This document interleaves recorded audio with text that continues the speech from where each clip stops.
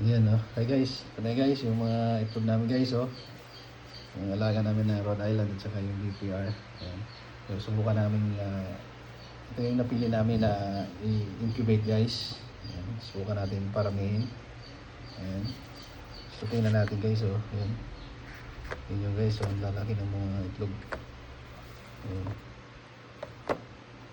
Ito. Ayan. So isasala namin ngayon guys. Yan, so abangan nyo guys kung ilan yung mapisa. Ayan, okay. So ito yung ginawa ko na ano guys, na DIY. Ayan, incubator. Ayan, so tingnan natin kung kasya dito yung nasa 60 eggs. Ayan. Ayan o, nag-automatic na siya. Pero ito, bali manual lang ito guys. So yan, nag-automatic lang off. Pag ma-reach na yung temperature na 37.8 guys. Yan. Tingnan natin guys, salang natin.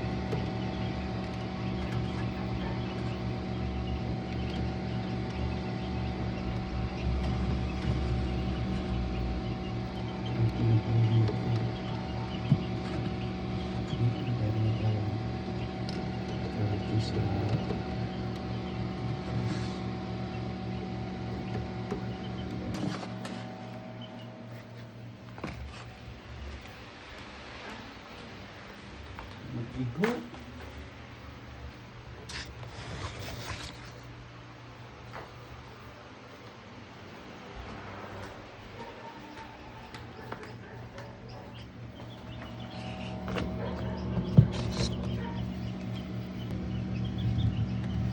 Ayan guys.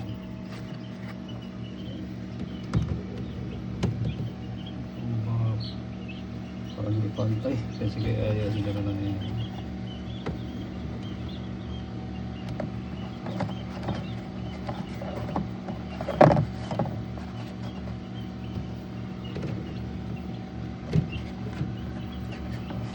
So itong itlog nito guys ay galing lang sa dalawang Rhode Island, sa isang BPR sa isang black straw. Pinaghalo ko na lang dito. So nagsimula lang to sa 4 na yung iba naman guys na mga pinili namin. Hindi na namin sila pinusolo na namin yung itlog na maliliit, yung unang itlog.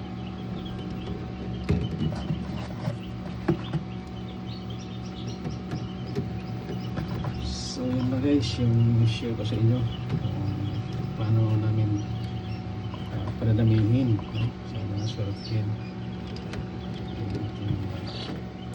Yan. So yun na guys, sakto 64 yata natin ito, 64. Okay,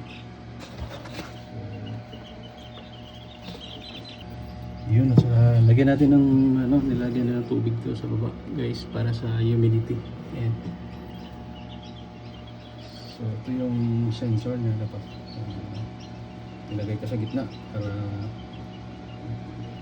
mag-balance yung init. Okay, so good luck guys. Abangan natin guys. Ayan. Thank you, thank you.